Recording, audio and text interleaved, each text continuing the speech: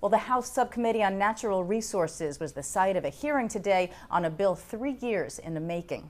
The American Conservation and Clean Energy Independence Act has had many names over the years, but one thing it hasn't had is a hearing until today. Clean Sky's Lee Patrick Sullivan is just back from Capitol Hill with more. And Lee, this was the bill that Congressman Abercrombie from Hawaii was asking Speaker Pelosi to bring to the floor for a vote last summer, correct? That's right, Susan. During the height of Drill Baby Drill and Use It or Lose It, a group of 30 members of Congress from both sides of the aisle got together to support this legislation.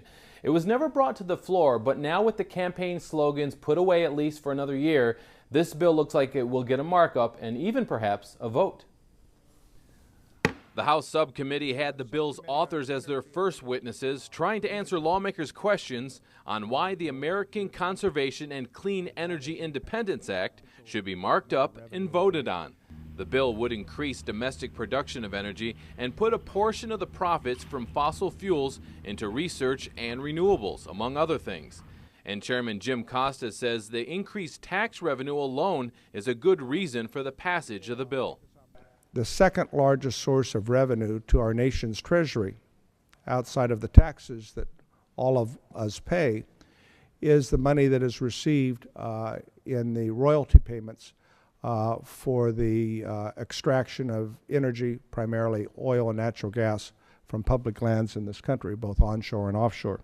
Absent from the hearing were representatives from the administration. Republicans at the hearing wanted to know if the president would sign the bill in question, given its lukewarm response to offshore drilling. Congressman Doc Hastings also wanted to know why the White House would oppose drilling on the U.S. outer continental shelf, but lend a hand to Brazil. 2 weeks ago, it was reported that the Obama administration was planning to loan $2 billion to the Brazilian government-run oil company for the development of deepwater oil and gas in the Atlantic Ocean. So, Mr. Chairman, since Brazil is an energy-independent nation, the oil developed in the OCS off Brazil will go into the world market, and much of that oil likely coming to the United States. The ranking member of the committee had positive comments for the legislation, but wanted the Republican American Energy Act to also be given consideration. We are here addressing legislation which, while focusing on energy production, is really only a sum-of-the-above policy. It is a bill, though good as far as it goes, falls short of the goal of an all-of-the-above policy as advocated by Republicans in Congress. Congressman Neil Abercrombie, one of the sponsors of the bill, knocked down any chance of the Republican bill getting a vote, simply telling the GOP members elections have consequences, and the Democratic bill was the one that would be considered. This is the only bill I can think of in the Congress right now that is genuinely bipartisan. I'm appealing particularly to you, Mr. Lamborn and Mr. Hastings, because of the American Energy Act. I am familiar with it, but it's not going to come up. It's not going to pass because we're the majority. The Democrats are the majority. I'm struggling right now, as are other Democrats and Republicans, because this bill is genuinely member-driven.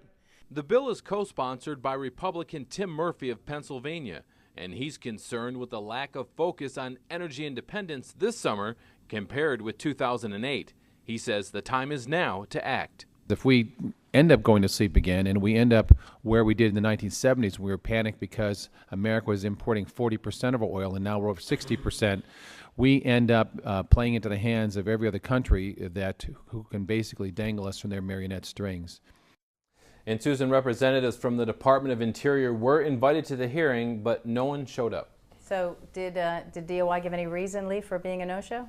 Well, they did. Clean Skies News received a statement saying Secretary Salazar will be testing in front of the full committee next week and that secretaries don't appear in front of subcommittees.